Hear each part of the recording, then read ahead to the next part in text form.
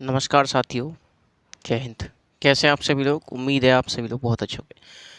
तो साथियों, बिना देरी किए हुए अपन लोग क्लास को स्टार्ट करते हैं। तो साथियों, पिछले सेशन में हम लोग बात कर रहे थे संवैधानिक पृष्ठभूमि पर कि जो हमारा जो संविधान है उसका ऐतिहासिक विकास का क्या रहा है। तो इन सब बातों पर हम लोग चर्चा कर रहे थे और उसमें भी हम लोगों ने दो भागों में बांटा। हम लोगों ने एक देखा कंपनी का शासन, कंपनी का रूल, और एक देख रहे थे ताज का शासन यानी कि रूल ऑफ क्राउन। तो कंपनी के शासन में हम लोग 1773 का रेगुलेटिंग एक्ट पढ़ चुके हैं और उसमें हम लोगों ने देखा कि जो बंगाल का गवर्नर था, बंगाल के गवर्नर को बंगाल का गवर्नर जनरल बना दिया गया, यानी कि उनका उसका नाम परिवर्तित करके। तो बंगाल के गवर्नर को बंगाल का गवर्नर जनरल बनाया गया और उसकी सहायता के लिए एक कार्यकारी परिषद, एग्जीक्यूटिव काउंसिल बनाए गए जिसमें 4 सदस्य थे, फिलिप फ्रांसिस, वॉरवेल, क्लेवरिंग और मॉनसन। तो उसमें 4 सदस्य आपके हुआ करते थे। ठीक है। तो जो गवर्नर जनरल था, इसकी जो कार्यकारी परिषद थी, इसकी कार्यकारी परिषद की सलाह पर ही ये कार्य करता था, यानी उसके बहुमत पर कार्य किया करता था गवर्नर जनरल। और क्या काम हुआ यहाँ पर? तो जो मद्रास और जो मुंबई के गवर्नर थे, उन दोनों को अधीन कर दिया गया बंगाल के गवर्नर जनरल के। यानी कि यहाँ से केंद्रीकरण की हमें शुरुआत देखने को मिली, शक्तियों के केंद्रीकरण की शुरुआत देखने को मिली। और साथियों, 1773 से मैंने आपको पहले ही बता दिया था कि यहाँ पर आपको दो चीज़ें आपको दिखाई देंगी। एक तो आपको शक्तियों का केंद्रीकरण दिखाई देगा और दूसरा आपको ब्रिटिश शासन का नियंत्रण दिखाई देगा। तो दोनों, ब्रिटिश सरकार का नियंत्रण भी दिखाई दे रहा होगा आप लोगों को, और शक्तियों का केंद्रीकरण भी आप लोगों को दिखाई दे रहा होगा। तो ये दोनों बातें आप लोगों के लिए महत्वपूर्ण थी। तो एक तो काम भाई साहब ये हुआ। दूसरा काम कौन सा हुआ? दूसरा काम ये हुआ, मैंने आपको बताया होगा कि भाई जो 1773 का रेगुलेटिंग एक्ट था, इसी में एक प्रावधान था कि एक सर्वोच्च न्यायालय की स्थापना की जाएगी। तो साथियों, 1773 के एक्ट के आधार पर 1774 में फोर्ट विलियम या कलकत्ता में एक सर्वोच्च न्यायालय की स्थापना की गई, जिसमें एक मुख्य न्यायाधीश के साथ 3 अन्य न्यायाधीश हुआ करते थे। तो एक मुख्य न्यायाधीश के साथ 3 अन्य न्यायाधीश थे। जो मुख्य न्यायाधीश थे उनका नाम था एलिजा इम्पे, और जो अन्य न्यायाधीश थे चैम्बर्स, लिमेस्टर और हाइट। तो ये 3 अन्य न्यायाधीश हुआ करते थे। और क्या काम हुआ? एक और काम हुआ, जैसे कि हम जानते हैं कि कंपनी, जो ब्रिटिश ईस्ट इंडिया कंपनी थी, उसके जो कर्मचारी थे, उसके जो अधिकारी थे, वो अपने निजी कार्यों में लग गए थे और भारतीयों से उपहार आदि लेने लगे थे। तो उनके निजी व्यापार पर रोक लगा दी गई और उपहार आदि लेने पर भी रोक लगा दी गई। तो ये लगभग 3 महत्वपूर्ण काम आपको यहाँ से ध्यान रखने हैं। उसके बाद हम लोग बात कर रहे थे कि 1781 का एक्ट ऑफ सेटलमेंट या अमेंडिंग एक्ट, जिसे हम लोग संशोधनात्मक अधिनियम कहते हैं। तो संशोधनात्मक से ही समझ में आ रहा होगा कि सर जी ये जो है संशोधन के लिए लाया गया होगा कि हाँ जी, 1773 के रेगुलेटिंग एक्ट में जो कमियां रह गई, उन कमियों को दूर करने के लिए 1781 का संशोधनात्मक अधिनियम लाया गया। यहाँ से क्या हुआ? यहाँ से साथियों 2 काम हुए। पहला काम कौन सा था कि जो गवर्नर जनरल था और उसकी जो कार्यकारी परिषद थी, गवर्नर जनरल और उसकी एग्जीक्यूटिव काउंसिल जो थी,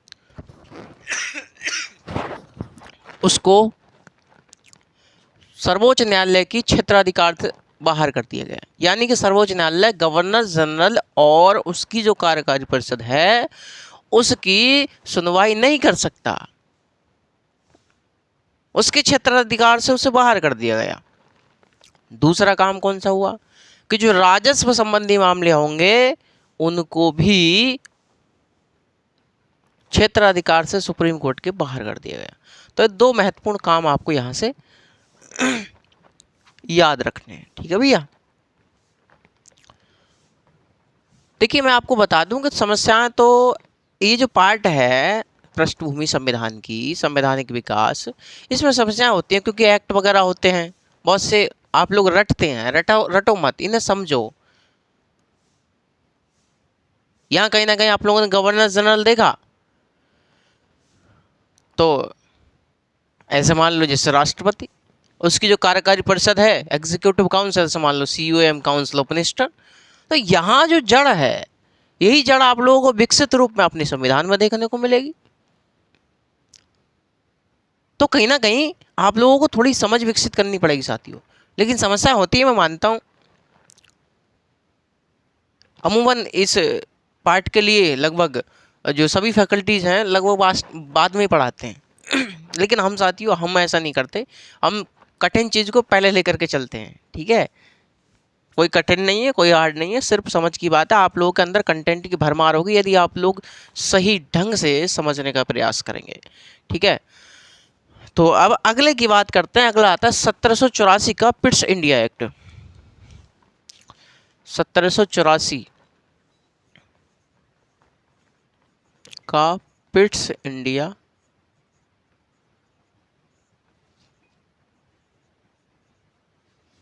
एक्ट।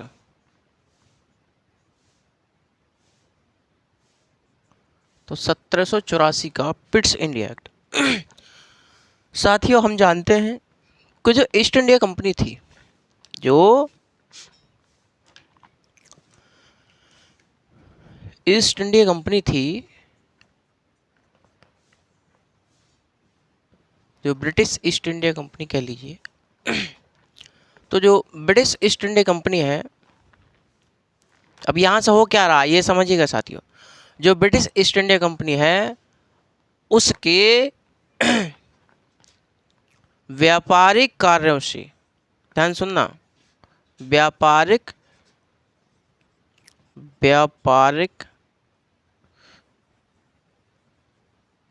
उसके व्यापारिक कार्यों से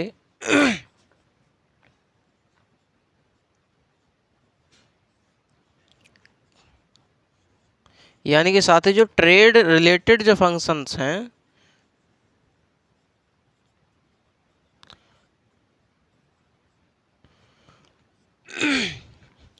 उनको राजनीतिक मामलों से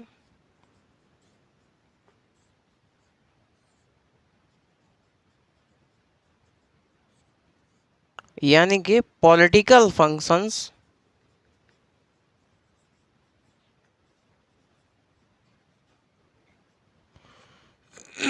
इनसे कर दिया गया अलग।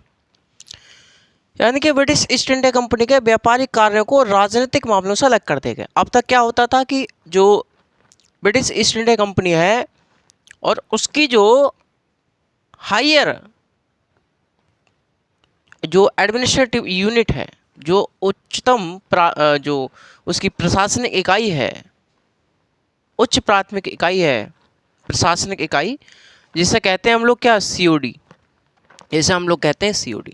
तो ये जो COD हुआ करती थी, यही COD व्यापारिक कार्यों को भी किया करती थी और यही COD आपकी राजनीतिक मामलों को भी किया करती थी। अब तक 84 से पहले तक।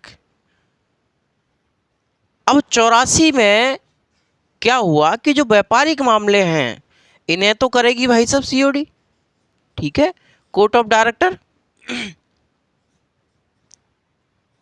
कोर्ट ऑफ डायरेक्टर,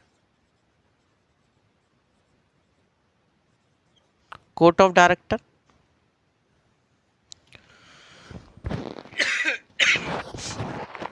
तो जो व्यापारिक मामले होंगे उनको कौन करेगी, COD करेगी। अब तक क्या होता था, अब तक COD ही करती थी, राजनीतिक मामलों को भी और व्यापारिक मामलों को भी यही देखती थी। लेकिन 84 से इसमें परिवर्तन किया गया, व्यापारिक मामलों को करेगी COD करेगी, जो कि क्या है, जो कि ईस्ट इंडिया कंपनी की, जो कि साथियों ईस्ट इंडिया कंपनी की क्या है, सर्वोच्च प्रशासनिक इकाई है। सर्वोच्च प्रशासनिक इकाई है भाई साहब, सर्वोच्च प्रशासनिक इकाई हमको ये देखने को मिलती है। वही राजनीतिक मामलों को करने के लिए, राजनीतिक कार्यों को करने के लिए एक नई संस्था बनाई गई जिसे कहा गया BOC। जिसे क्या कहा गया, BOC, board of controller, board of control,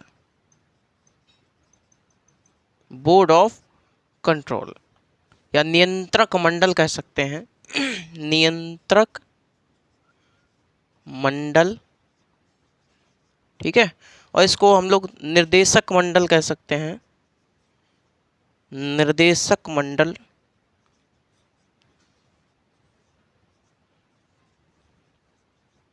निर्देशक मंडल। तो राजनीतिक मामलों को कौन करेगी? अब बीओसी करेगी, बीओसी करेगी। और बीओसी में कितने सदस्य है? तो 6 सदस्य इसमें होंगे, 6 सदस्य इसमें होंगे। और इन 6 सदस्यों की नियुक्ति क्राउन करेगा। नियुक्ति कौन करेगा? नियुक्ति करेगा क्राउन, नियुक्ति करेगा क्राउन। तो अब यहाँ पर आप लोगों ने देखा कि जो ब्रिटिश ईस्ट इंडिया कंपनी है उसका जो प्रशासन है, उसका प्रशासन 2 भागों में बांट दिया जा रहा है। एक तरफ तो कर दिया जा रहा है व्यापारिक मामले, जो कि सीओडी के माध्यम से ईस्ट इंडिया कंपनी कर रही है, जो कि सीओडी के माध्यम से ईस्ट इंडिया कंपनी कर रही है। वहीं साथियों एक मामले कर दिए गए, उस एक प्रशासन कर दिया गया राजनीतिक मामलों का, और राजनीतिक मामले कौन कर रहा है? क्राउन कर रहा है बीओसी के माध्यम से। अरे क्राउन नियंत्रित कर रहा है बीओसी के माध्यम से, ऐसा ही है ना भैया। क्राउन नियंत्रित कर रहा है राजनीतिक मामलों को बीओसी के माध्यम से, बीओसी कर रही है, लेकिन बीओसी की नियुक्ति कौन कर रहा है? क्राउन कर रहा है। तो कहीं ना कहीं ईस्ट इंडिया कंपनी के प्रशासन में यहाँ आप लोगों को द्वैध शासन दिखाई दे रहा हो, यानी कि यहाँ पर जब भी कहीं भी 2 लोगों का शासन हो जाता है उसे हम लोग द्वैध शासन बोलते हैं। अरे हाँ या ना? तो उसे हम लोग क्या बोलते हैं? द्वैध शासन बोलते हैं। तो यहाँ से क्या हो रहा है भाई साहब? यहाँ से ईस्ट इंडिया कंपनी के प्रशासन में द्वैध शासन की व्यवस्था की गई। द्वैध शासन। तो ईस्ट इंडिया कंपनी के प्रशासन में हमको द्वैध शासन दिखाई दे रहा है। तो द्वैध शासन की शुरुआत की जा रही है। तो पहली बात आप लोगों को याद रखनी है, ब्रिटिश ईस्ट इंडिया कंपनी के व्यापारिक मामलों को राजनीतिक मामलों से अलग किया गया, और राजनीतिक मामलों को करने के लिए एक नई संस्था गठन किया गया जिसे कहा गया बीओसी या नियंत्रक मंडल, जिसमें 6 सदस्य थे। उन 6 की नियुक्ति कौन करेगा? क्राउन करेगा। बल्कि व्यापारिक मामलों कौन करता था? सीओडी ही करती थी, जिसे हम लोग नियंत्रक मंडल या कोर्ट ऑफ डायरेक्टर कहते हैं। ये क्या थी? ईस्ट इंडिया कंपनी की सर्वोच्च प्रशासनिक इकाई हुआ करती थी। इतनी बात आप लोग ध्यान रखेंगे। क्लियर है भैया जी? अब दूसरा काम यहाँ से कौन सा हुआ भाई? ये तो पहला काम है। तो क्या गुरुजी दूसरा काम का दूसरा भाई सब जल्द समझ में आएगा आप लोगों को। हम जानते हैं कि जो गवर्नर जनरल था, गवर्नर जनरल की कार्यकारी परिषद में अब तक कितने सदस्य थे? अरे अब तक कितने सदस्य थे मेरे साथी? अब तक गुरुजी 4 सदस्य थे। अब तक 4 सदस्य थे, ठीक है। लेकिन साथियों यहां से हुआ कि जो गवर्नर जनरल की जो कार्यकारी परिषद है उसमें से एक सदस्य को कम कर दिया गया, यानी गवर्नर जनरल की कार्यकारी परिषद की सदस्य संख्या को घटाकर 4 से 3 कर दिया गया। जो गवर्नर जनरल की जो कार्यकारी परिषद है, जो इसमें 4 सदस्य हैं अब तक, लेकिन अब कर दिया गया कितना? गवर्नर जनरल की एग्जीक्यूटिव काउंसिल में 3 सदस्य अब कर दिए जाएंगे। बात समझ में आई? अरे बात समझ में आई भाई साहब? तो एक सदस्य को कम कर दिया गया। और यहां से क्या हुआ? यहां से साथियों और केंद्रीकरण का और अधिक प्रयास किया गया। केंद्रीकरण का और अधिक प्रयास किया गया कि अब तक क्या था कि गुरुजी हम लोगों ने देखा 1773 के एक्ट में देखा कि जो गवर्नर जनरल था वो बंगाल है ना, इसके अधीन किया गया था। किसको? बम्बई के गवर्नर को और मद्रास के गवर्नर को। यहाँ तक आपको क्लियर समझ में आई? तो हमने 1773 में ही देखा इन दोनों को अधीन किया गया था इसके। लेकिन यहाँ से केंद्रीकरण का और प्रयास किया जा रहा है। ये कहा जा रहा है कि भाई जो गवर्नर जनरल है बंगाल का, कहाँ का? बंगाल का, वो इनके लिए आदेश दे सकता है, निर्देशन कर सकता है, इनका कंट्रोल कर सकता है, इनको नियंत्रित कर सकता है। तो कहीं ना कहीं केंद्रीकरण को मजबूत करने का यहाँ पर प्रयास किया जा रहा है। तो बंगाल का गवर्नर जनरल इनको आदेश दे सकता है, कोई अधिसूचना दे सकता है, कोई निर्देश दे सकता है, इनके ऊपर पूरी तरीके से नियंत्रण रख सकता है। तो यहाँ पर तीसरा काम हो रहा है कि केंद्रीकरण को मजबूत किया गया, मजबूत किया गया। तो यहां पर केंद्रीकरण को मजबूत किया गया। और काम क्या हुआ? और साथियों, हम जानते हैं कि जो ब्रिटिश ईस्ट इंडिया कंपनी थी, उसके जो कर्मचारी हुआ करते थे, उसके जो अधिकारी हुआ करते थे, उनकी जो सुनवाई थी उस वाले सर्वोच्च न्यायालय में नहीं की जाती थी, जो कि इन लोगों ने बनाया था 1774 में। नहीं की जा सकती थी, उसमें नहीं की जाती थी। बल्कि साथियों, इन लोगों की जो सुनवाई की जाती थी, उसके लिए, इन लोगों की सुनवाई के लिए, जो ईस्ट इंडिया कंपनी के कर्मचारी अधिकारी हैं, इन लोगों की सुनवाई के लिए ब्रिटेन में एक कोर्ट की स्थापना की गई। ब्रिटेन में एक कोर्ट की स्थापना की गई, एक न्यायालय की स्थापना की गई। यानी कि ब्रिटिश ईस्ट इंडिया कंपनी के जो कर्मचारी हैं या जो अधिकारी हैं, इनकी सुनवाई के लिए कहां पर? ब्रिटेन में, है ना? क्या की गई? एक न्यायालय की स्थापना, न्यायालय की स्थापना की गई। कहां पर? ब्रिटेन में न्यायालय की स्थापना की गई। तो ये है भाई साहब 1784 का ब्रिटिश इंडिया एक्ट। पहली बात कि ब्रिटिश ईस्ट इंडिया कंपनी के प्रशासन में द्वैध शासन लगाया गया। दूसरी बात, गवर्नर जनरल की कार्यकारी परिषद में सदस्य संख्या को घटाकर 4 से 3 कर दिया गया। तीसरी बात कि सर यहाँ पर केंद्रीकरण को और अधिक मजबूत किया गया। ठीक है जी। चौथी बात, ब्रिटिश ईस्ट इंडिया कंपनी के कर्मचारियों और अधिकारियों की सुनवाई के लिए ब्रिटेन में एक कोर्ट की स्थापना, ब्रिटेन में एक न्यायालय की स्थापना की जा रही है 84 के ब्रिटिश इंडिया एक्ट से। क्लियर है? चलिए अगला देखते हैं 1786 का एक्ट। 1786 का एक्ट जल्दी जल्दी ख़त्म कर लीजिए साथियों इन लोगों को। ये जो एक्ट हैं इनको जल्दी जल्दी ख़त्म करके उसके बाद हम लोग मेन प्रारूप पर पहुंचते हैं, जिसमें हम लोग देखेंगे संविधान सभा से शुरुआत करेंगे।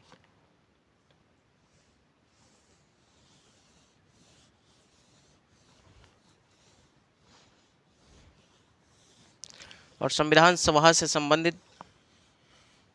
काफ़ी कुछ चीज़ें आप लोगों को ऐसी देखने को मिलेंगी जो आप लोगों ने अभी तक नहीं पढ़ी होंगी।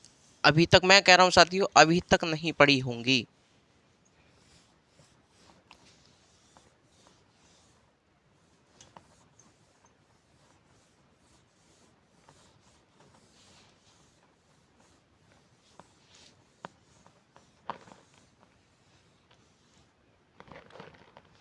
चलिए 1786 का एक्ट।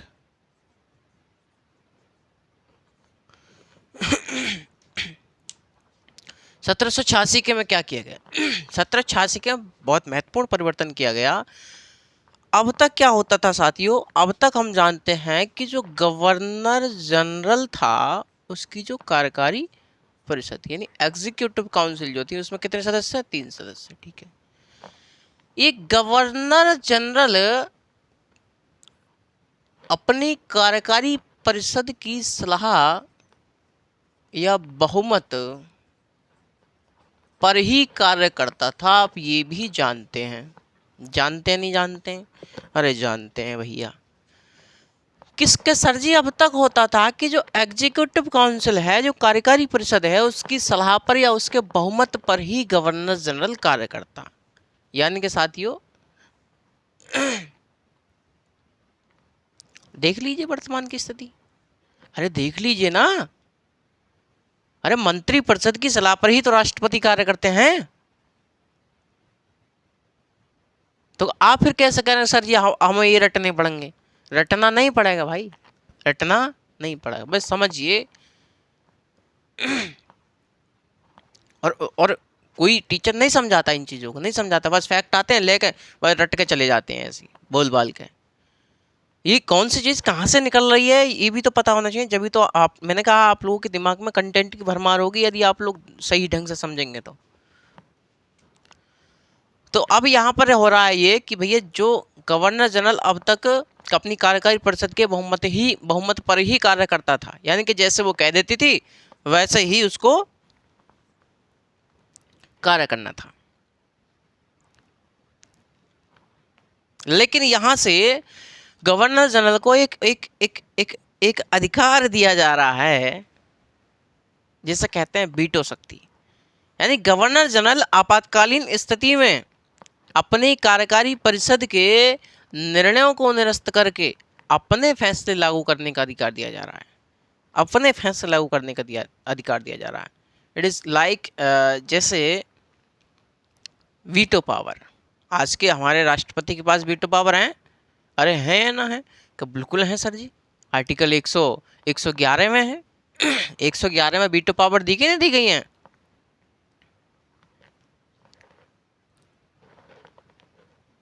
बिल्कुल दी गई हैं सर जी।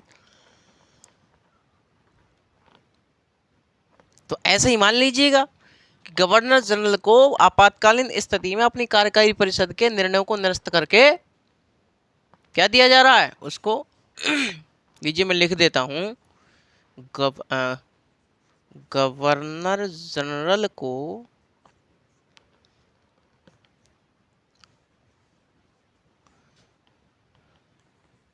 अधिकार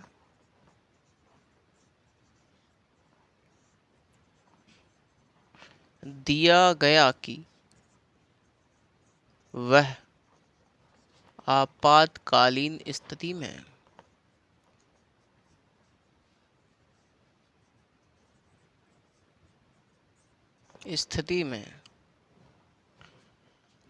अपनी कार्यकारी परिषद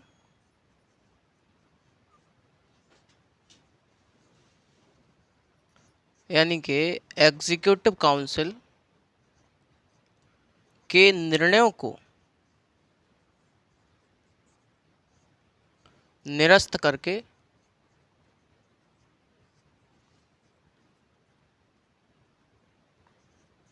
अपने फैसले लागू कर सकता है, अपने फैसले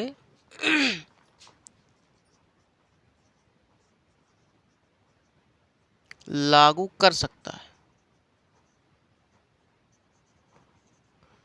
ठीक है, तो गवर्नर जनरल को एक अधिकार दिया गया। ये अधिकार क्या है? ये वीटो पावर है। ये क्या है? ये वीटो पावर है। जैसे आज के हमारे राष्ट्रपति के पास वीटो पावर है ना, कि राष्ट्रपति मंत्रिपरिषद द्वारा दी गई सलाह को एक बार पुनर्विचार के लिए लौटा सकते हैं। उसी प्रकार से यहाँ पर भी हमारे जो गवर्नर जनरल है उसको भी ये अधिकार दिया जा रहा है। तो अब कैसे कह सकते हैं आप लोग सर जी अब ये चीज़ें रटनी पड़ेंगी हमें? नहीं रट सकते भाई, नहीं रट सकते। क्यों? क्योंकि ये क्या है? इस संविधान का ऐतिहासिक विकास है। अरे जो चीज़ें आप लोग संविधान में देखने को मिल रही हैं आज, उनका ही कहीं ना कहीं ऐतिहासिक रूप है, ये ऐतिहासिक रूप है। तो आप क्यों रटेंगे भाई? अरे भाई समझने का प्रयास करें इस चीज़ को, इसको समझने का प्रयास करें।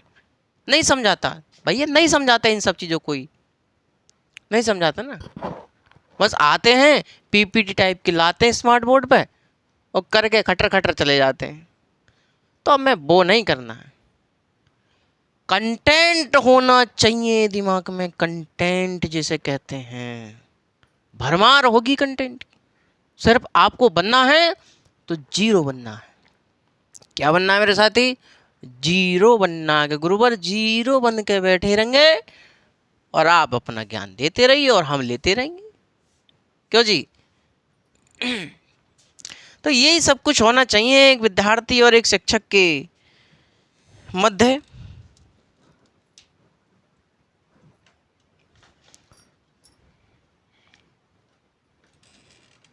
तो पहला प्रावधान तो हम लोगों ने ये देखा।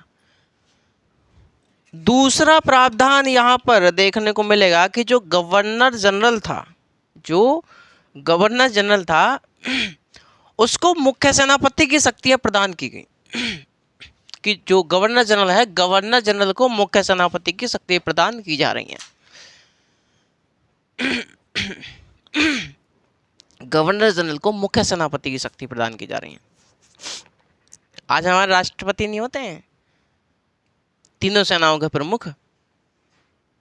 तो बस यही तो है, गवर्नर जनरल को मुख्य सेनापति की शक्तियां प्रदान की गई। और ऐसा कौन सा गवर्नर जनरल था जिसके पास मुख्य सेनापति की भी शक्तियां थीं? जिसका नाम था साथियों लॉर्ड कॉर्नवालिस। Lord Cornwallis. तो लॉर्ड कॉर्नवालिस एक ऐसा गवर्नर जनरल था जिसके पास मुख्य सेनापति की शक्तियां थीं। ठीक है, तो यहां से सिर्फ आपको दो ही प्रावधान याद रखने हैं। अगला देखते हैं फटाफट, बहुत जल्दी, टाइम कम है अपने पास भाई। 1793 का एक्ट। ठीक है, 1793 की में भी ज़्यादा समस्याएं आपको नहीं होंगी। साथियों अब तक क्या होता था? अब तक हम लोगों ने देखा कि जो बीओसी थी, बोर्ड ऑफ कंट्रोलर, जिसे हम लोग कहते हैं बोर्ड ऑफ कंट्रोल, नियंत्रक मंडल, जब की स्थापना की गई थी। बीओसी की स्थापना कब की गई? 1784 के पिट्स इंडिया एक्ट में। तो अब तक इसके गठन से अब तक यानी 1793 तक बीओसी जो थी, बीओसी में सदस्य कितने थे? 6 सदस्य। इन 6 सदस्यों के जो वेतन भत्ते थे, अब तक 1793 तक वे ब्रिटिश राजस्व से जाने थे, यानी कि ब्रिटेन की सरकार देती थी उन्हें। लेकिन साथियों 1793 से क्या हो रहा है कि बीओसी के जो कर्मचारी हैं, बीओसी के जो सदस्य हैं, उनके वेतन भत्ते भारतीय राजस्व पर भारित कर दिए गए। यानी कि साथियों जो बीओसी है, पहला प्रावधान क्या हुआ कि जो बीओसी है, बीओसी के वेतन भत्ते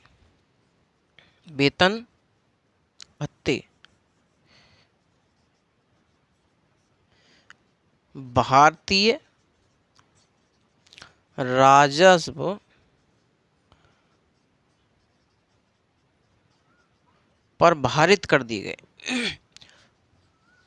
राजस्व पर भारित कर दिए गए। दूसरा, अब तक क्या होता था कि जो गवर्नर जनरल की कार्यकारी परिषद थी, जो मुख्य सेनापति होता था, गवर्नर जनरल की कार्यकारी परिषद का सदस्य स्वतः ही बन जाता था। लेकिन 1793 से गवर्नर जनरल की कार्यकारी परिषद में मुख्य सेनापति के स्वतः ही सदस्य बनने के अधिकार को समाप्त कर दिया गया। यानी कि अब जो मुख्य सेनापति होगा, अब वो क्या होगा? कार्यकारी परिषद का सदस्य स्वतः ही नहीं बनेगा। चलिए,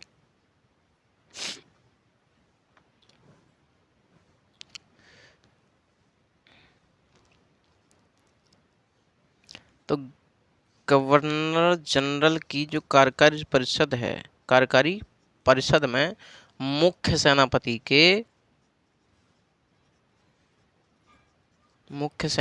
के स्वतः ही सदस्य सदस्य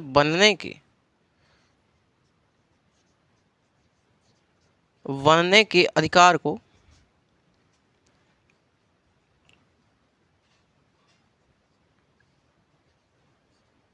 समाप्त कर दिया गया।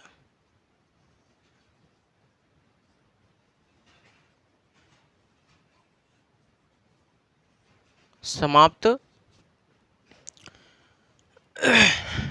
कर दिया गया।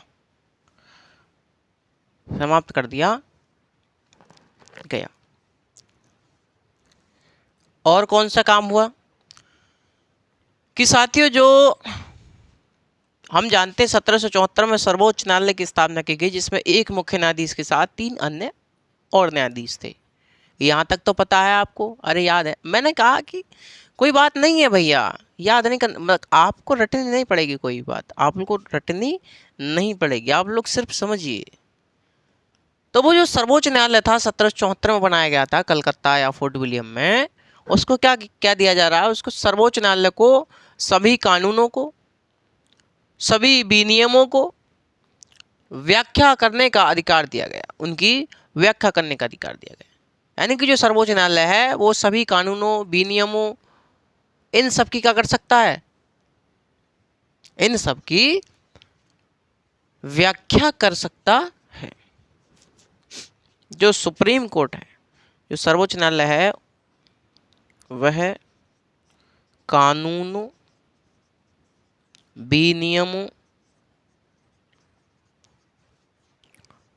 की व्याख्या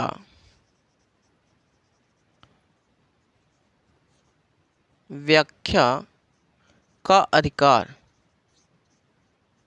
यानी सर्वोच्च न्यायालय की शक्ति या जो पावर है उसको बढ़ा दिया जा रहा है।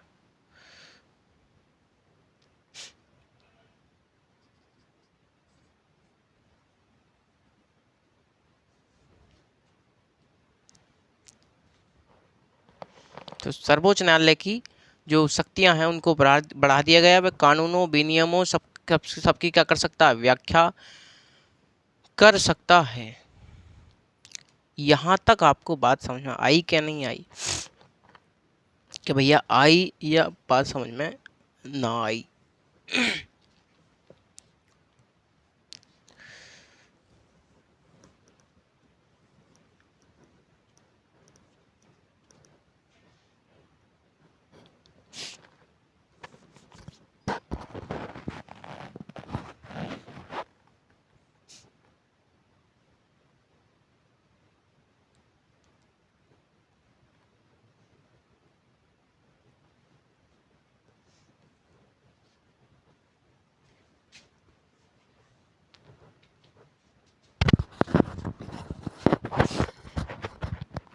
चलिए, तो ये हम लोग मिटा देते हैं। उसके बाद महत्वपूर्ण देखते हैं इसी श्रृंखला में साथियों।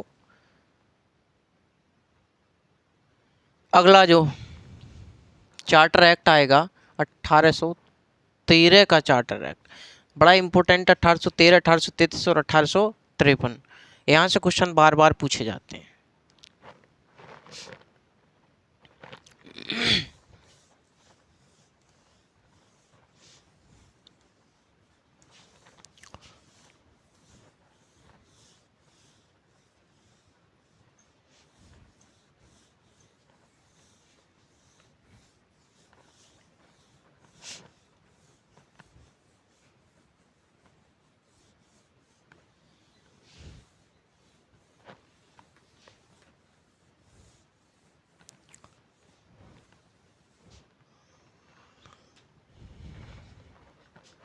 अठारह सौ 13।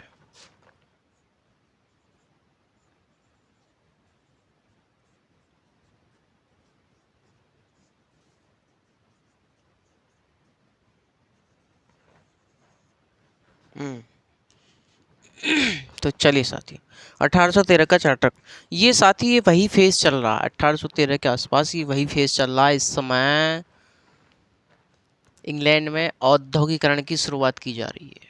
इंग्लैंड में औद्योगिकरण की शुरुआत की जा रही है। नई नई कंपनी का इस्टेब्लिशमेंट हो रहा है, नई नई कंपनियां बन रही हैं, नई फैक्ट्रियां बन रही हैं, तो उन लोगों को किसकी आवश्यकता पड़ेगी? उन लोगों को कच्चे माल की आवश्यकता पड़ेगी, कच्चे माल की आवश्यकता पड़ेगी। और जो कच्चा माल है वो कहाँ से ले जा रहे हैं? ये भारत से ले जा रहे हैं, ये भारत से ले जा रहे हैं। तो कहीं ना कहीं नई नई कंपनियां भारत आएंगी इस समय, और इस समय तक ईसाई धर्म का प्रचार प्रसार काफ़ी बड़ी मात्रा में बढ़ चुका है, तो उसको भी अनुमति दी जाएगी भारत में।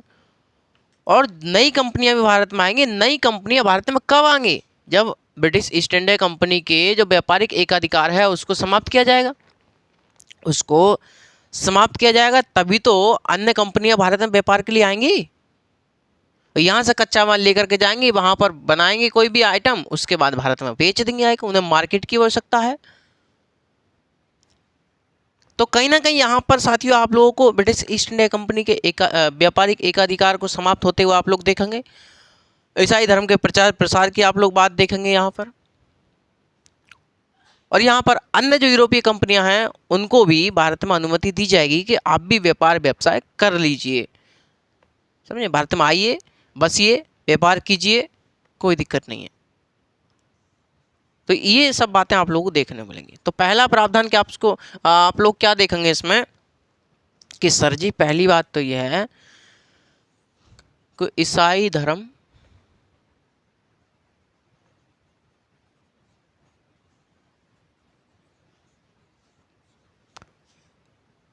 के प्रचार के लिए, प्रचार प्रसार के लिए अधिकार दिया गया ईसाई मिशनरियों को, यानी ईसाई धर्म के प्रचार प्रसार हेतु ईसाई मिशनरियों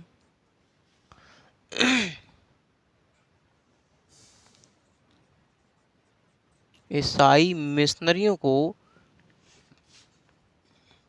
अधिकार दिया गया। यानी कि आप ईसाई धर्म का प्रचार प्रसार कर सकते हैं, कोई दिक्कत नहीं। दूसरा कारण, यहाँ से दूसरा काम ये हो रहा है कि जो ब्रिटिश ईस्ट इंडिया कंपनी है, ब्रिटिश ईस्ट इंडिया कंपनी जो है उसके व्यापारिक एकाधिकार,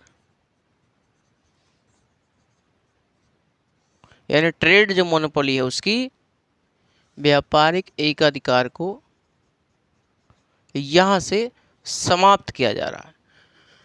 लेकिन साथियों, लेकिन दो क्षेत्रों को छोड़कर, एक चीन के साथ व्यापार,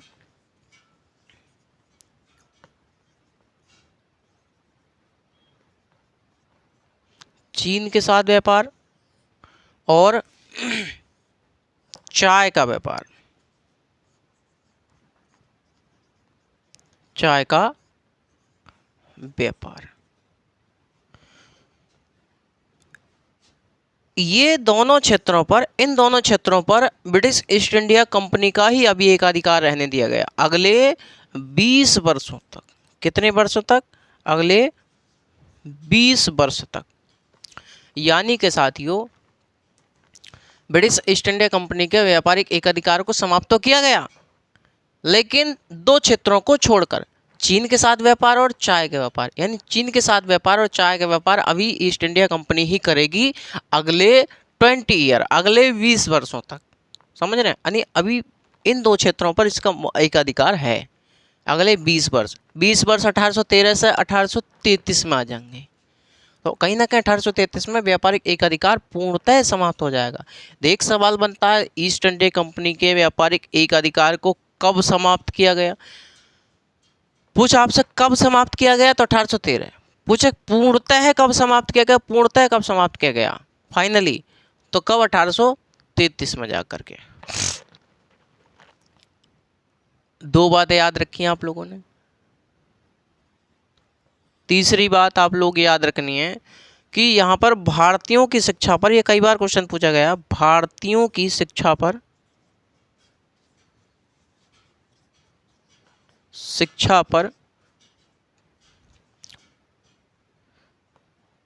भारतीयों की शिक्षा पर 1 लाख, ऐसे लिख लीजिएगा, 1 लाख रुपए प्रति वर्ष खर्च करने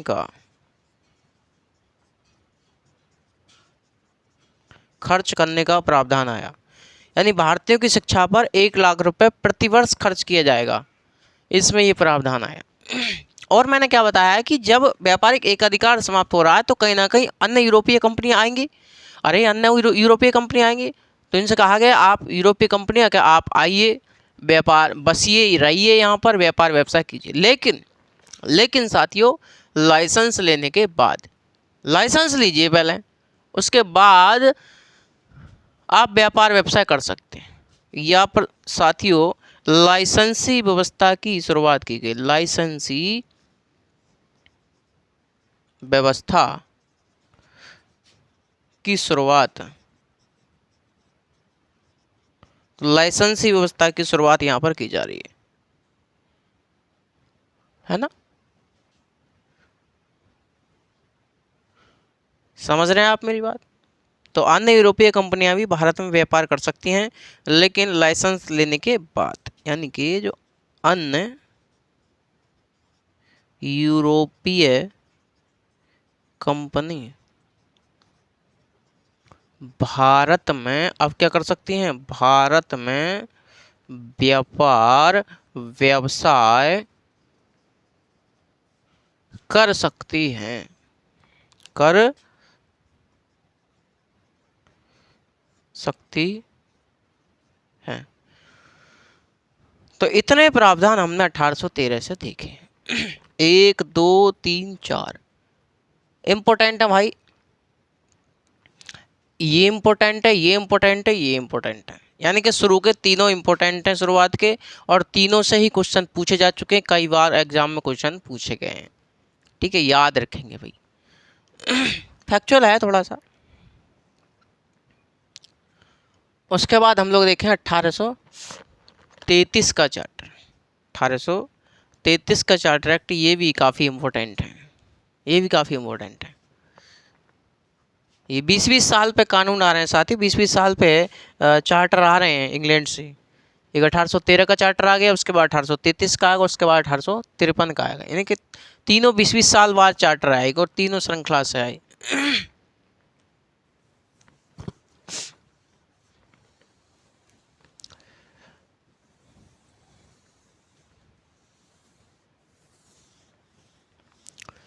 बस है क्या कि आप लोग ध्यानपूर्वक पढ़ते रहिए।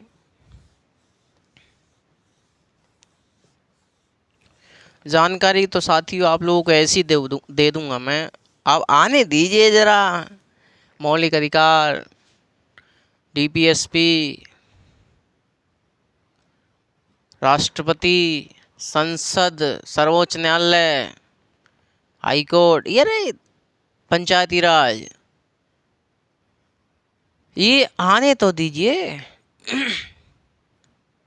ऐसी समझ बना देंगे जिंदगी में टॉपिक को याद करने की आवश्यकता ना पड़ेगी। खोपड़ी खुद कहेगी अरे भाई साहब, अरे भैया भाई नोट्स ले गई, नोट्स ले गई। खुद कहोगे जरा आने तो दो मौलिक अधिकार, जरा आने तो जो राज्य की नीति नहीं सकता, तो आने तो दो राष्ट्रपति, बता देंगे राष्ट्रपति कैसे पढ़ाया जाता है और राष्ट्रपति है क्या। आने तो दो जरा, आने तो दो संसद, है ना, आने तो दो संसद, आने तो दो सर्वोच्च न्यायालय सुप्रीम कोर्ट, आने तो दो हाई कोर्ट। हवा खराब न कर दे तब बताना, आप लिखते लिखते थक जाओगे। आने तो दीजिए पंचायती राज, हैं। तो बेटे कुछ मिलेगा आपको, अगर जिस विश्वास से आप लोग जुड़े हैं ना, मैं कह रहा हूँ कुछ मिलेगा आपको इस चैनल पर। कुछ समझ के साथ पॉलिटी पढ़ाई जाएगी बेटे, कुछ समझ के साथ। दुनिया के मास्टर क्या पढ़ाते हैं, मैं दुनियादारी से मतलब नहीं है, लेकिन हम जो पढ़ाते हैं ना, वो यहाँ से जाता है और भीतर जाएगा बिल्कुल शांत होकर बैठ जावा है, इतना तो हम जानते हैं। तो आने दीजिए, तो फैक्चुअल है ये, थोड़ा बहुत तो समस्याएं होती हैं हम जानते हैं, लेकिन हाँ फिर भी मैं कोशिश करता हूँ समझाने का। तो चलिए 1833 33 का चार्टर एक्ट। क्यों भाई मेरे साथी, जब हम लोग बता रहे थे आपको 1773 के रेगुलेटिंग एक्ट में कि भैया यहाँ से दो काम हो रहे हैं। एक तो ब्रिटिश सरकार के नियंत्रण की शुरुआत हो रही है कि हाँ सर जी बताया था। दूसरा हमने आपको बताया था कि सर यहाँ से केंद्रीकरण की शुरुआत हो रही है। अरे केंद्रीकरण शक्तियों की, भारत में शक्तियों के केंद्रीकरण की शुरुआत हो रही है, सेंट्रलाइजेशन ऑफ पावर की शुरुआत हो रही है। कहाँ साहब, बिल्कुल बताया था। उसके बाद और मजबूत किया गया था उसको 1784 के प्रेसिडेंट एक्ट में। कहाँ साहब, बिल्कुल बताया था। अब यहाँ पर ये भी बताया होगा मैंने कि जो चीज़ 1773 में शुरुआत हो रही है वो जो पूर्णतः हो जाएगी वो 1833 में हो जाएगी। यानी शक्तियों का केंद्रीकरण 1773 में शुरुआत की गई और वो पूरी तरीके से कब हो गया, 1833 में जा करके। तो यहाँ कहीं ना कहीं शक्तियों के केंद्रीकरण की शुरुआत होगी।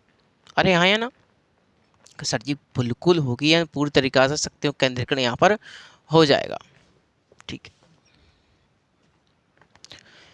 पहला काम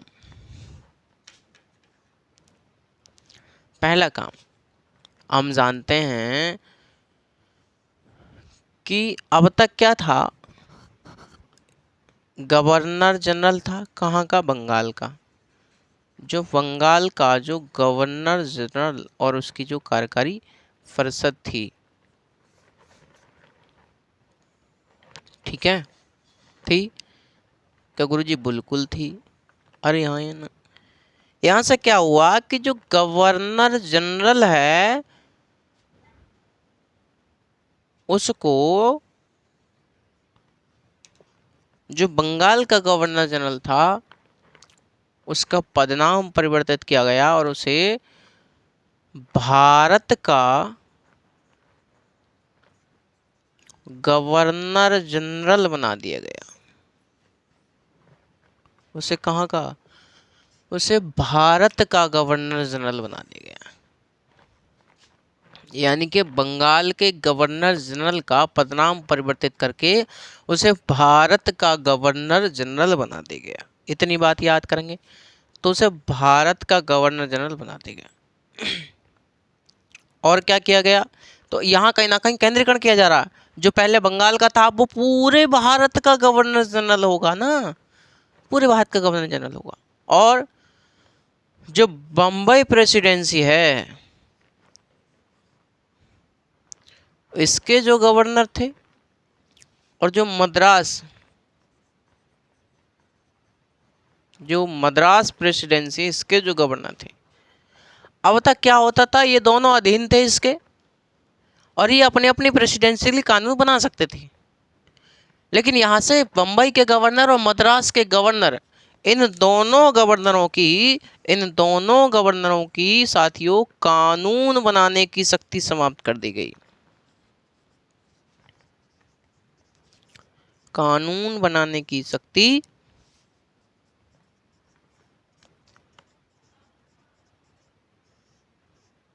समाप्त कर दी गई। कानून बनाने की शक्ति समाप्त कर दी। अब आप देख रहे हैं कि सर जी सबकी सब पावर एक व्यक्ति में डाल दी गई, गवर्नर जनरल की कार्यकारी परिषद। तो सबकी सब पावर कैसी कर दी जा रही है, एक जगह कर दी जा रही है, सेंट्रलाइज कर दी जा रही है। इन सबसे शक्तियां लेकर के यहाँ डाल दी जा रही है। ऐसा मान लो जैसे भारत में सभी मुख्यमंत्रियों से शक्ति लेकर के कहाँ डाल दी जा रही है, राष्ट्रपति में डाल दी जा रही है, प्रधानमंत्री में डाल दी जा रही है। तो यहाँ कहीं ना कहीं शक्तियों का केंद्रीकरण हो रहा है भाई साहब, और हो गया। कि कैसे, कि बंगाल के गवर्नर जनरल को भारत का गवर्नर जनरल बना दिया गया और बम्बई के गवर्नर, मद्रास के दोनों गवर्नरों की कार्यकारी परिषद की उनकी जो कानून बनाने की शक्ति है उसको समाप्त कर दिया जा रहा है। ना मद्रास का गवर्नर कानून बना सकता अपनी प्रेसिडेंसी के लिए, ना ही बम्बई का गवर्नर अपनी प्रेसिडेंसी के लिए कानून बना सकता। बल्कि अब कानून कौन बनाएगा, कि भारत का गवर्नर जनरल बनाएगा, उसकी कार्यकारी परिषद बनाएगी। इतना आप लोग पता होगा, ठीक है। चलिए और देखते हैं यहाँ से क्या हुआ, दूसरी बात कि सर जी हम जानते हैं कि जो गवर्नर जनरल उसकी जो कार्यकारी परिषद है,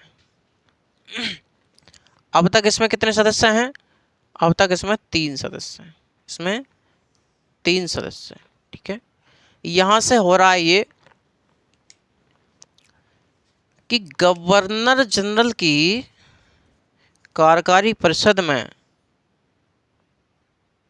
एक चौथे सदस्य को जोड़ा गया, एक सदस्य जोड़ा गया जिसे कहा गया विधि सदस्य,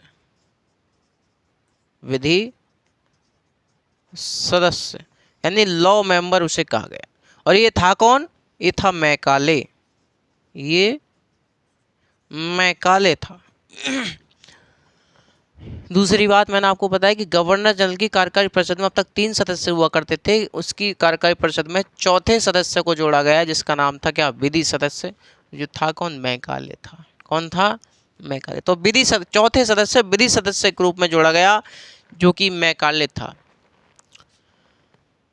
और यहाँ पर यह हुआ साथियों कि जो गवर्नर जनरल थी, गवर्नर जनरल उसकी जो कार्यकारी परिषद थी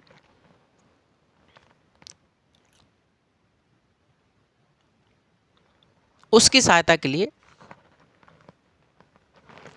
हम जानते हैं साथियों कि विधियों के वर्गीकरण के लिए, क्लासिफिकेशन ऑफ लॉ के लिए, यानी कि सहायता तो इसकी करेगी गवर्नर जनरल की कार्यकारी परिषद की सहायता करेगी। जो चीज़ अब बनने जा रही है, जो अब बनने जा रही है क्या कि इसकी जो लॉ होंगे, जो कानून होंगे, उनके वर्गीकरण के लिए, उनकी क्लासिफिकेशन के लिए कि ये इस प्रकार के लॉ हैं, ये इस प्रकार के लॉ हैं, ऐसे लागू कराइए, ऐसे लागू कराइए, ये ऐसे बनाइए, इस काम के लिए, इन विधियों के वर्गीकरण के लिए एक एक एक आयोग का गठन किया गया। एक आयोग के गठन की बात की गई। यानी कि साथियों, विधियों के वर्गीकरण, विधियों के वर्गीकरण हेतु एक आयोग के गठन की बात की गई। और आगे चल करके 1834 में मैकाले की अध्यक्षता में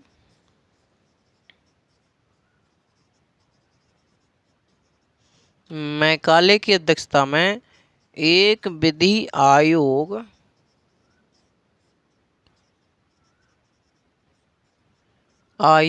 का गठन किया गया। ठीक है, तो हुआ क्या? क्लासिफिकेशन ऑफ लॉ के लिए, विधियों के वर्गीकरण के लिए एक आयोग के गठन की बात की गई 1833 के चार्टर एक्ट में। आगे चल करके 1834 में एक विधि आयोग का गठन कर भी दिया गया। किसके अध्यक्षता में? मैकाले की अध्यक्षता में। क्वेश्चन पूछा जाता है कि प्रथम विधि आयोग का गठन कब किया गया? तो 1834 में। यदि आपसे ये पूछ ले कि स्वतंत्रता पश्चात प्रथम विधि आयोग का गठन कब किया गया, स्वतंत्रता पश्चात विधि आयोग का गठन कब किया गया? स्वतंत्रता के बाद, यानी स्वतंत्र भारत में स्वतंत्रता के बाद हम लोग क्वेश्चन बना सकता है कि स्वतंत्रता के बाद प्रथम विधि आयोग का गठन कब किया गया। यानी स्वतंत्र भारत का प्रथम विधि आयोग का जो गठन किया गया, स्वतंत्र भारत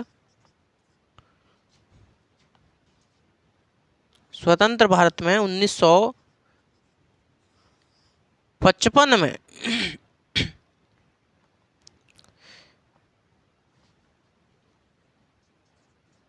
1955 में विधि आयोग का गठन, विधि आयोग का गठन किया गया 1955 में। स्वतंत्र भारत का पहला विधि आयोग 1955। तो ये सब बात यहाँ से आपको पता चली। अरे हाँ है ना, और भी जान लीजिएगा। इसी 1833 के चार्टर एक्ट से साथियों, इसी 1833 के चार्टर एक्ट से जो दास प्रथा थी, जिसे हम लोग स्लेवरी सिस्टम कहते हैं, जो व्यक्तियों को दास बना करके काम कराया जाता था, जो दासों की तरह काम कराया जाता था, उसे समय पर वेतन नहीं दिया जाता था, कौड़े मार मार कर काम कराया जाता था उनसे हैं, और जिनसे कराया जाता था उनकी स्थिति उन्हें ही पता होगी। और आज हम संविधान लागू होने के 75 साल बाद उस चीज़ की बात कर रहे हैं, तो हमें इस चीज़ का पूरी तरीके से एहसास नहीं हो पा रहा होगा। कैसी कैसी प्रथाएं नहीं थी भारत में, वो आप सब लोग जानते हैं साथियों। कैसी कैसी प्रथाओं के चलते भारत के एक बहुत बड़े तबके को, लगभग 80% से 90% जनसंख्या को, कुछ लोगों द्वारा जो अपने आप को महान समझते थे, अपने आप को मुखपुत्र समझते थे, अपने आप को भगवान का अवतार समझते थे, उन लोगों द्वारा शोषण किया गया और सोची समझी साजिश के तहत ये शोषण किया गया। आप लोग पढ़ना कभी समय मिले तो, डॉक्टर अंबेडकर के विषय में पढ़िए, उनके द्वारा लिखी गई पुस्तकें पढ़िए, गुलामगिरी पढ़िए ज्योतिबा फुले की। तो साथियों कुछ पढ़ेंगे लोगों को तभी तो ज्ञान आएगा, पता चलेगा आप लोगों को किस प्रकार से बहुजन समाज को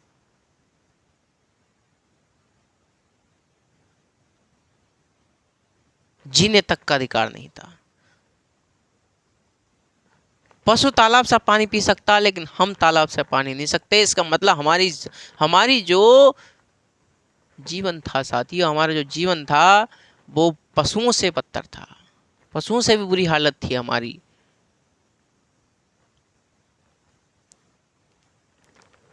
चलिए आगे देखते हैं। तो यहाँ पर क्या किया, दास प्रथा को विधि विरुद्ध घोषित किया गया। दास प्रथा, जो स्लेवरी सिस्टम है, दास प्रथा को विधि विरुद्ध घोषित किया गया। किसके द्वारा, अरे किसके द्वारा घोषित किया गया?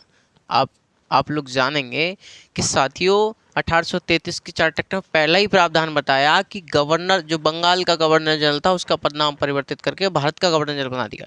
तो भारत का प्रथम गवर्नर जनरल था कौन? अरे था कौन? इसे कहते हैं विलियम बेंटिक। विलियम बेंटिक, तो विलियम बेंटिक हुआ करता था। तो दास प्रथा को विधि विरुद्ध घोषित किसने किया?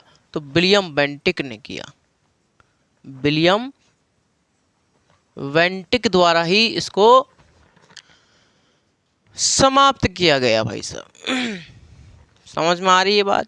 चलिए आगे चल करके 1843 में इसको समाप्त भी कर दिया गया, पूरी तरीका समाप्त कर दिया गया। किसके द्वारा? लॉर्ड एलन बरो के द्वारा। एलन बरो के द्वारा इसको समाप्त किया गया। गवर्नर जनरल था 1843 में लॉर्ड एलन बरो, तो उसके द्वारा इसको समाप्त किया गया। ठीक है जी भाई साहब। और अगली बात कौन सी देखेंगे हम लोगों ने देखा 1813 में कि सर यहाँ पर जो ईस्ट इंडिया कंपनी है उसके व्यापारिक एकाधिकार को समाप्त किया जा रहा है, लेकिन अगले 20 वर्षों तक चाय का व्यापार, चीन के साथ व्यापार केवल ईस्ट इंडिया कंपनी ही कर सकती है, अन्य कोई कंपनी नहीं कर सकती। इसलिए साथियों 1813 के बाद 20 वर्ष 1833 में होते हैं, इसलिए ईस्ट इंडिया कंपनी के व्यापारिक एकाधिकार को पूर्णतः समाप्त किया गया। नंबर छठी बात यहाँ लिख दूं, यानी कि जो ब्रिटिश ईस्ट इंडिया कंपनी है उसके जो व्यापारिक एकाधिकार है, व्यापारिक एकाधिकार को पूर्णतः समाप्त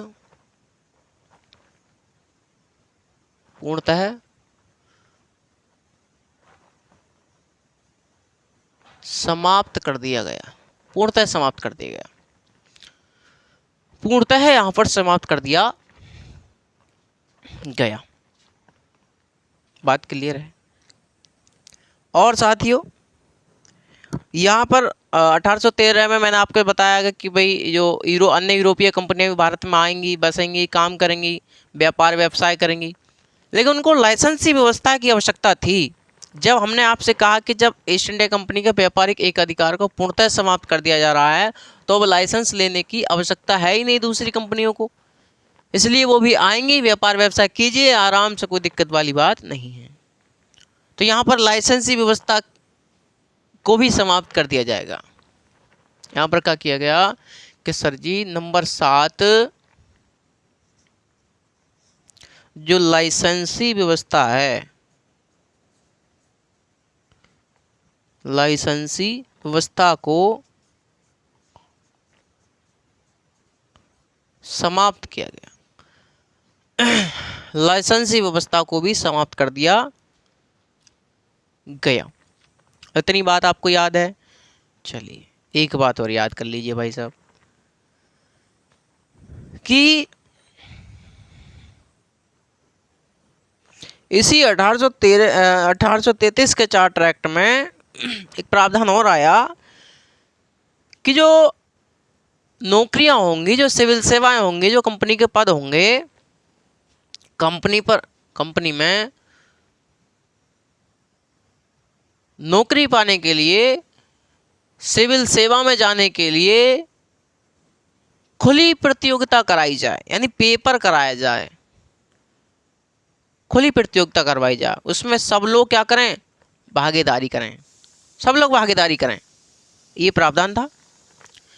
लेकिन ईस्ट इंडिया कंपनी की सर्वोच्च इकाई सीओडी जिसे कहते हैं, उसने इसका इनकार कर दिया, उसने इसको मना कर दिया, रद्द कर दिया कि नहीं ऐसा नहीं होना चाहिए, हम जो कर्मचारी हैं उनकी नियुक्ति अपने हिसाब से करेंगे। तो सिविल सेवा में जो लिखित खुली प्रतियोगिता है उसको शुरुआत नहीं होने दी 1833 में सीओडी ने। लेकिन कब हुई? 1853 में जाकर हुई, अगले 20 साल बाद। और कौन सी बात याद रखनी है? और बात याद रखनी है साथियों, जो कंपनी के पद होंगे, जो नौकरियां होंगी, उनमें किसी भी व्यक्ति के साथ धर्म, जन्मस्थान, वंशानुक्रम और वर्ण, इनमें से किसी आधार पर भेदभाव नहीं किया जाएगा, भेदभाव नहीं किया जाएगा। तो क्या आप लोग संविधान में ये प्रावधान आज नहीं देखते हैं? अरे 15 आर्टिकल 15(1) देख लीजिए, 15(2) देख लीजिए, 16(1) देख लीजिएगा, 16(2) देख लीजिएगा, क्यों है?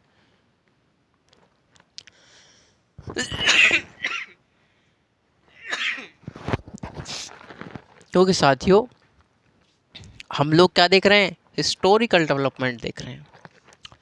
तो जो कंपनी के पद होंगे, कंपनी के पदों पर जो व्यक्ति नौकरी लेगा उसके साथ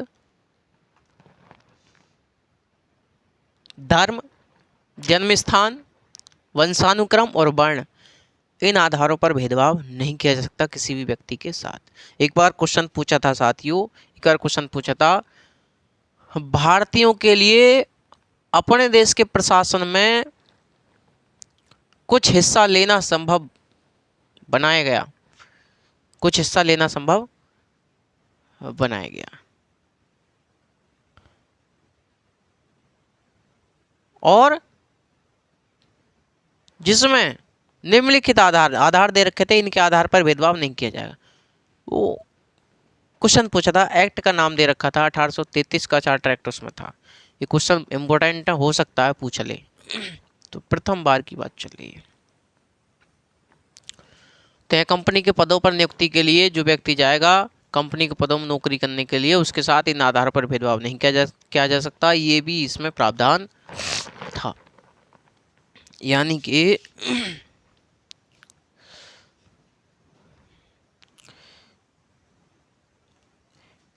किसी भी व्यक्ति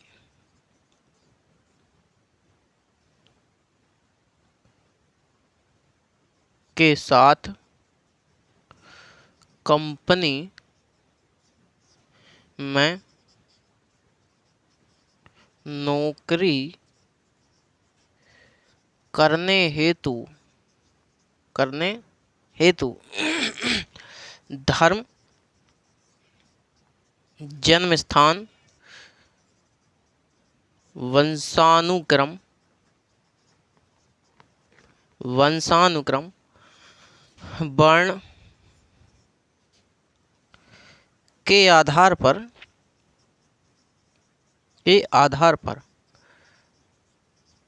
भेदभाव नहीं किया जाएगा।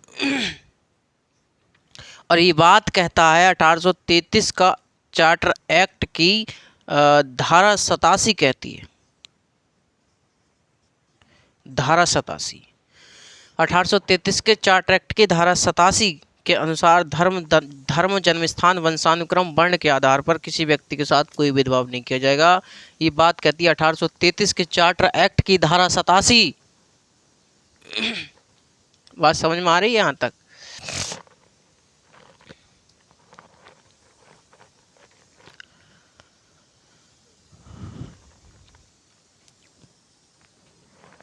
तो ये प्रावधान यहाँ पर हम लोगों ने देखा।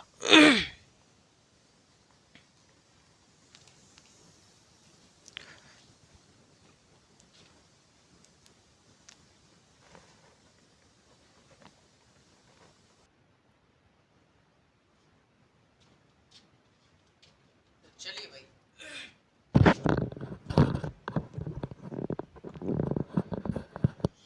चलिए साथियों, थोड़ा सा चश्मा लगाया है क्योंकि यहाँ पर क्या है, लाइटें काफ़ी ज़्यादा हैं तो आँखों में दिक्कत सी होती है।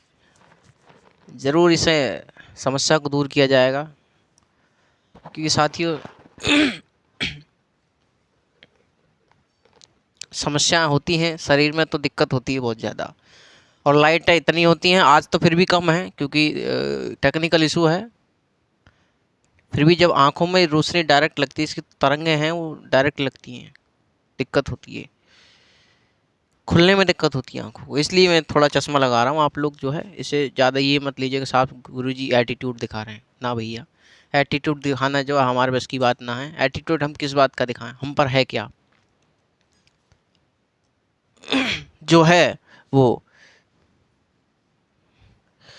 आप लोगों के समक्ष है।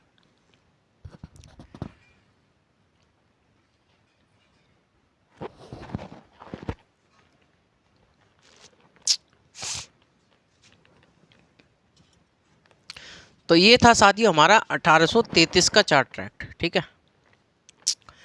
अब बात करते हैं 1853 के चार्टर एक्ट की। ये साथियों अंतिम चार्टर एक्ट माना जाएगा, अंतिम चार्टर एक्ट है 1853 का चार्टर एक्ट, चार्टर एक्ट। तो 1853 के चार्टर एक्ट की यदि मैं बात करूं, ये तो चार्टर एक्ट जो है साथियों डलहौजी साहब की सिफारिशों पर लाया गया। डलहौजी साहब ने कमीशन वगैरह बनाए, उनकी सिफारिश पर ये लाया गया। 1853 के चार्टर एक्ट को लाने में डलहौजी साहब का बहुत महत्वपूर्ण योगदान माना जाता है। बात है गुरुजी हुआ क्या यहाँ से, हुआ क्या यहाँ से? तो साथियों हम जानते हैं कि अब तक देश के लिए कानून कौन बनाता है, अब तक देश के लिए कानून कौन बनाता है? कि सर जी अब तक देश के लिए कानून गवर्नर जनरल जो भारत का है, उसकी जो कार्यकारी परिषद है वो इसके लिए कानून बनाते हैं, वो इसके लिए कानून बनाते हैं। और लागू कौन कराता है? कि सर जी गवर्नर जनरल, उसकी कार्यकारी परिषद। यानी कानून बनाएंगे भी वही, लागू भी कराएंगे ना, इनकी वही विधायिका है, वही कार्यपालिका है। तो दोनों काम गवर्नर जनरल उसकी कार्यकारी परिषद कर रही है। तो यहां से हमको कहीं ना कहीं गवर्नर जनरल की कार्यकारी परिषद को दो भागों में इसके कार्यों को देखने को मिलेंगे हमको। गवर्नर जनरल की कार्यकारी परिषद के कार्य दो भागों में बंटते हुए नजर आएंगे, क्योंकि अब तक गवर्नर जनरल की कार्यकारी परिषद दोनों काम कर रही थी, वो कानून भी बना रही थी और वो लागू भी करा रही थी। यहां से कहीं ना कहीं हमको परिवर्तन देखने को मिलेगा।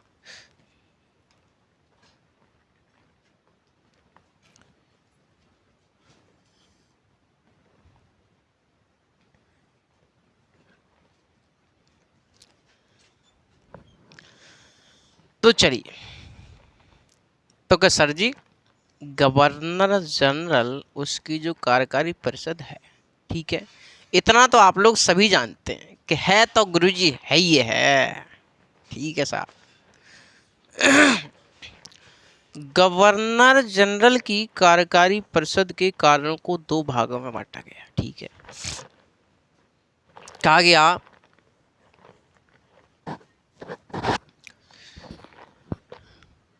गवर्नर जनरल की जो कार्यकारी कार्य हैं, कार्यकारी या प्रशासनिक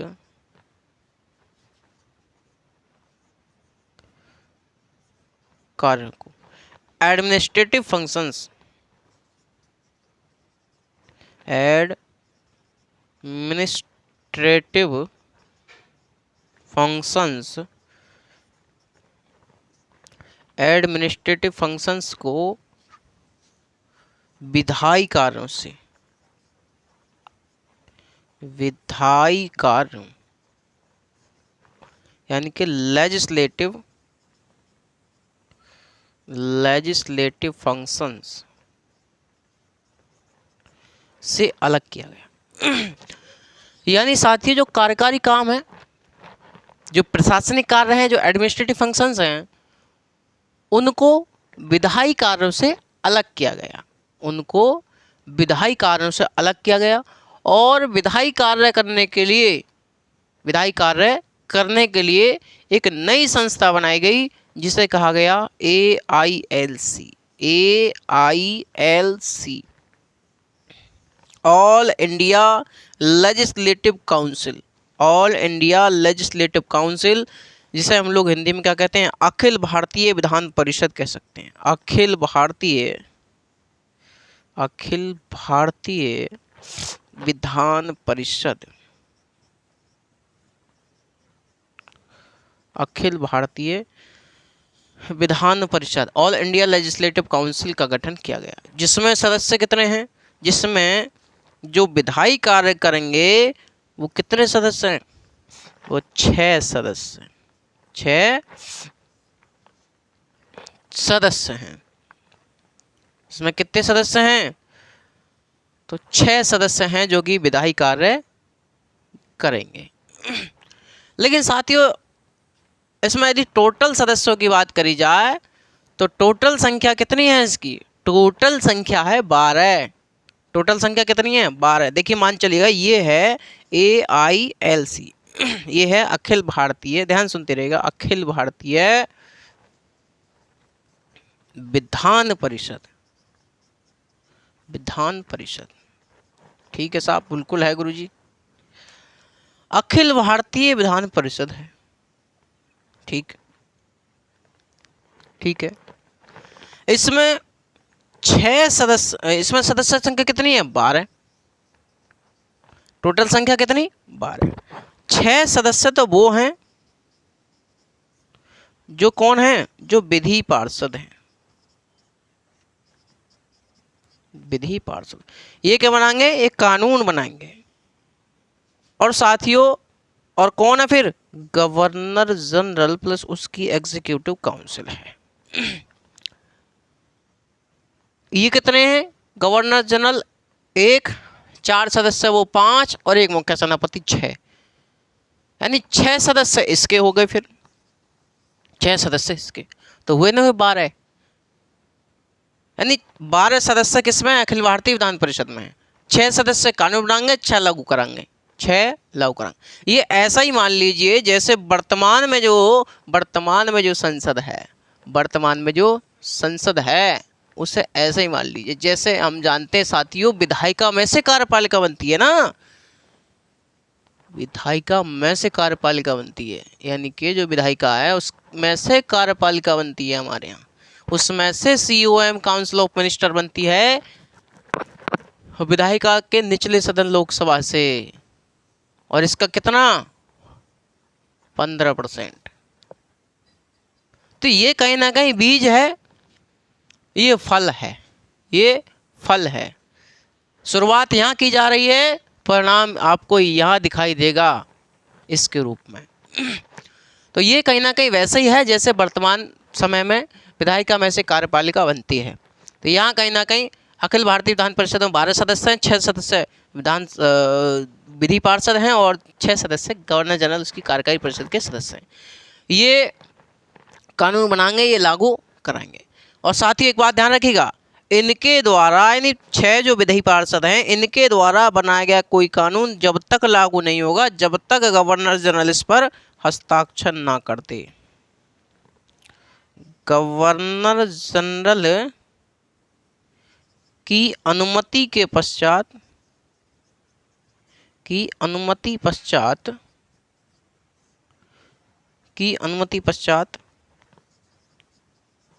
कानून बनेगा।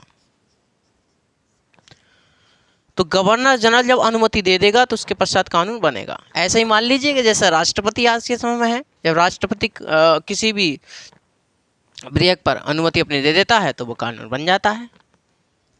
ये तो क्वेश्चन ही पूछा था कि कोई विधेयक कानून कब बनता है, कोई विधेयक एक्ट कब बनता है, तो राष्ट्रपति की अनुमति पश्चात बनता है। तो ये प्रावधान है भाई साहब, ये प्रावधान यहाँ पर आपको दिखाई देगा। और ध्यान से सुनिएगा, ये जो 6 सदस्य हैं, जो विधि पार्षद 6 सदस्य हैं, ये आएंगे कहाँ से? ये आएंगे रीजन से, ये आएंगे क्षेत्रों से।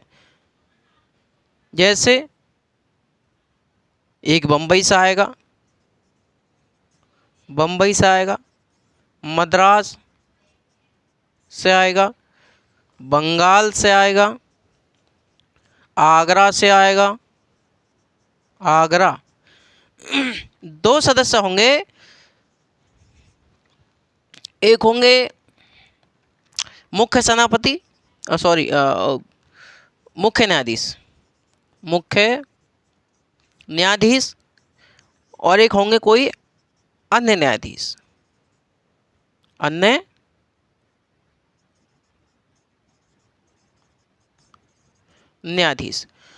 तो ये जो 6 सदस्य हैं, ये कहाँ से आ रहे हैं? ये रीजन से आ रहे हैं जो कि कानून बनाएंगे। बम्बई से आ रहा है एक सदस्य, एक मद्रास से, एक बंगाल से, एक आगरा से, एक मुख्य सेनापति खुद होंगे, मुख्य न्यायाधीश, बड़े मुख्य सेनापति बड़े याद आ रहे हैं तो एक मुख्य न्यायाधीश खुद होंगे, एक मुख्य न्यायाधीश के साथ कोई अन्य न्यायाधीश होंगे। समझ में बात आ रही है? तो ये जो 6 सदस्य कहाँ से आए? क्षेत्रों से आए। तो पहली बार अखिल भारतीय विधान परिषद में क्षेत्रीय प्रतिनिधित्व को देखा गया। तो अखिल भारतीय विधान परिषद में पहली बार क्षेत्रीय प्रतिनिधित्व को शामिल किया गया। तो पहली बार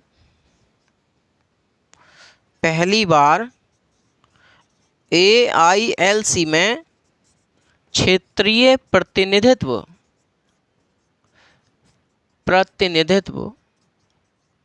को शामिल किया गया।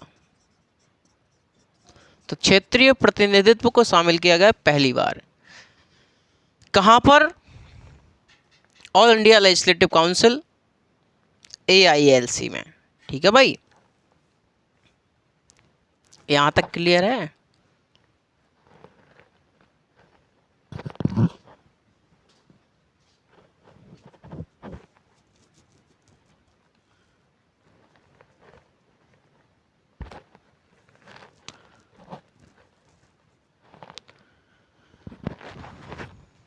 याद रखेंगे यहाँ तक।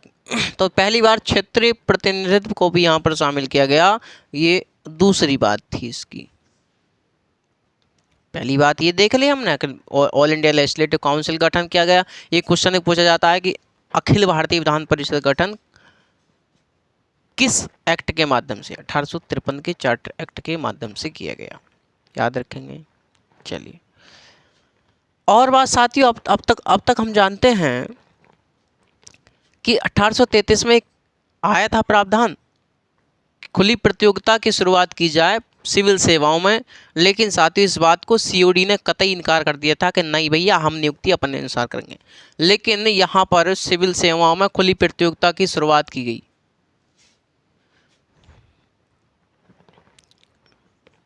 खुली प्रतियोगिता, खुली प्रतियोगिता की शुरुआत सिविल सेवाओं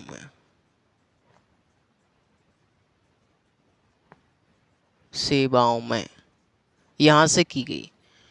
तो खुली प्रतियोगिता के जनक के रूप में किसे जाना जाता है, किसे जाना जाता है? डलहौजी साहब को,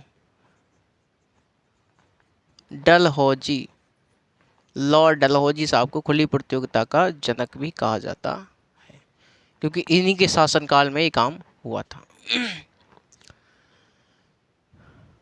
और क्या हो रहा है? और काम हो रहे हैं भाई साहब। यहाँ से हम जानते हैं कि 1833 में गवर्नर जनरल की कार्यकारी परिषद में एक चौथे सदस्य, विधि सदस्य को जोड़ा था।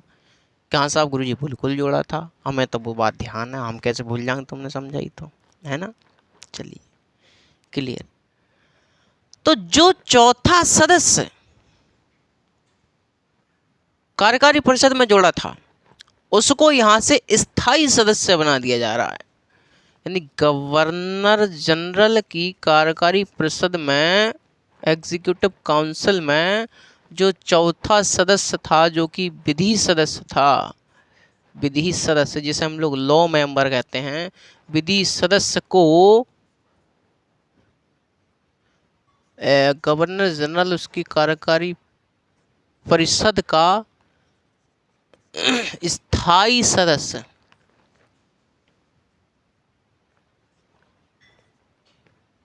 बना दिया गया, बना दिया गया।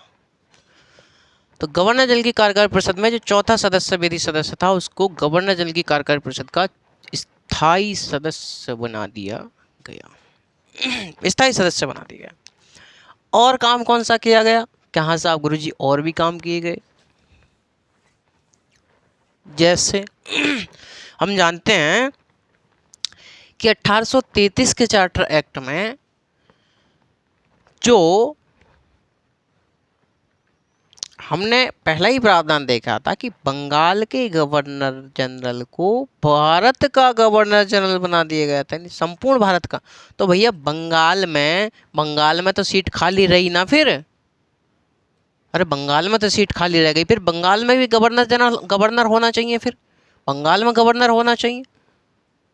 तो बंगाल में एक लेफ्टिनेंट गवर्नर की नियुक्ति की जा रही है यहां से।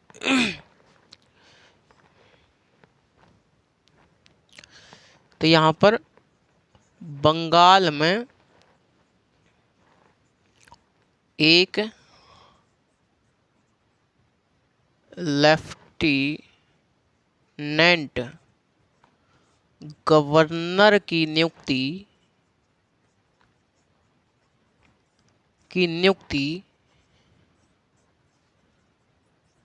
की गई, गवर्नर की नियुक्ति की गई, लेफ्टिनेंट।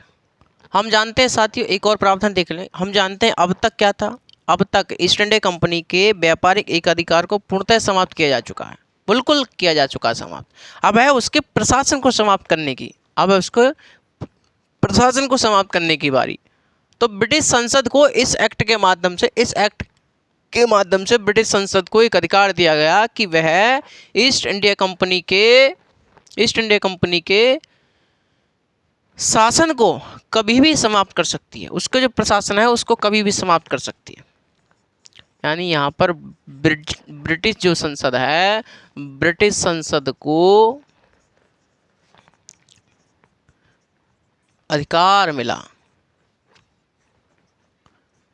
कि वह ईस्ट इंडिया कंपनी के शासन को कभी भी समाप्त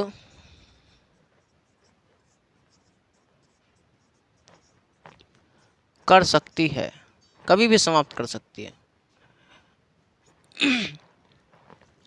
कभी भी समाप्त कर सकती है।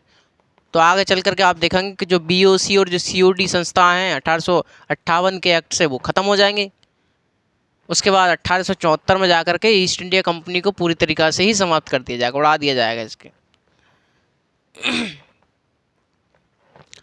तो भाई साहब ये प्रावधान आपको देखने को मिलेंगे। पहला प्रावधान हमने देखा कि गवर्नर जनरल की जो कार्यकारी परिषद है उसके सदस्यों को दो भागों में बांटा। पहला आपसे कहा गया कि कार्यकारी जो प्रशासनिक कार्य हैं उनको अलग किया गया और विधायी कार्यों को अलग किया गया। अब तक दोनों काम यही करते थे। विधायी कार्यों को करने के लिए AILC एक नई संस्था बनाई गई जिसे कहा गया अखिल भारतीय विधान परिषद, जिसमें 6 सदस्य थे और ये 6 सदस्य क्या कहलाए? विधि सदस्य कहलाए। ठीक है जी। टोटल संख्या कितनी है? 12 है। ऐसा ही मान लीजिएगा जैसे वर्तमान में विधायिका में से कार्यपालिका बनती है। 6 सदस्य विधि पार्षद हैं, 6 सदस्य गवर्नर जनरल की कार्यकारी परिषद के सदस्य हैं। तो 12 सदस्य टोटल हो गए। इनके द्वारा बनाया गया कानून तभी बन सकता है जब ये गवर्नर जनरल की अनुमति ले लेंगे। तो 6 सदस्य कहाँ से आएंगे? एक बम्बई से, मद्रास से, बंगाल से, आगरा से मुख्य न्यायाधीश और एक अन्य न्यायाधीश। तो 6 सदस्य ये हैं। कहाँ से आए? क्षेत्रों से आए, रीजन से आए। तो पहली बार AILC में क्षेत्रीय प्रतिनिधित्व को शामिल किया गया। नंबर 4 अखिल भारतीय विधान परिषद, अखिल भारतीय जो विधान परिषद है उसमें क्षेत्रीय प्रतिनिधित्व को शामिल किया जा रहा है, हम जानते हैं। गवर्नर जनरल की कार्यकारी परिषद में 14 सदस्य को 1833 से जोड़ा था, लेकिन वह स्थायी सदस्य नहीं था जो कि लॉ मेंबर था। इसको स्थायी सदस्य बना दिया जा रहा है 1853 के चार्टर एक्ट से। यहाँ पर खुली प्रतियोगिता सिविल सेवाओं में शुरुआत की जा रही है डलहौजी साहब के द्वारा। बंगाल में एक लेफ्टिनेंट गवर्नर की नियुक्ति की जा रही है। ब्रिटिश संसद को अधिकार दिया जा रहा है कि वह कभी भी ईस्ट इंडिया कंपनी के शासन को समाप्त कर सकती है। ये था साथियों 1853 का चार्टर एक्ट। इसके बाद क्या हुआ? इसके बाद हुई 1857 क्रांति, और क्रांति के बाद इस प्रकार से धोया अंग्रेजों को इन लोगों ने, इस प्रकार से धोया किन लोगों को पता चली कि जो ईस्ट इंडिया कंपनी है ये तो भारत पर शासन करने के लायक है ही नहीं। इसीलिए साथियों 1858 में सीधे तौर पर ताज का शासन, क्राउन का शासन भारत में आया। 1858 के बाद हम इन लोगों को ये भी लगा कि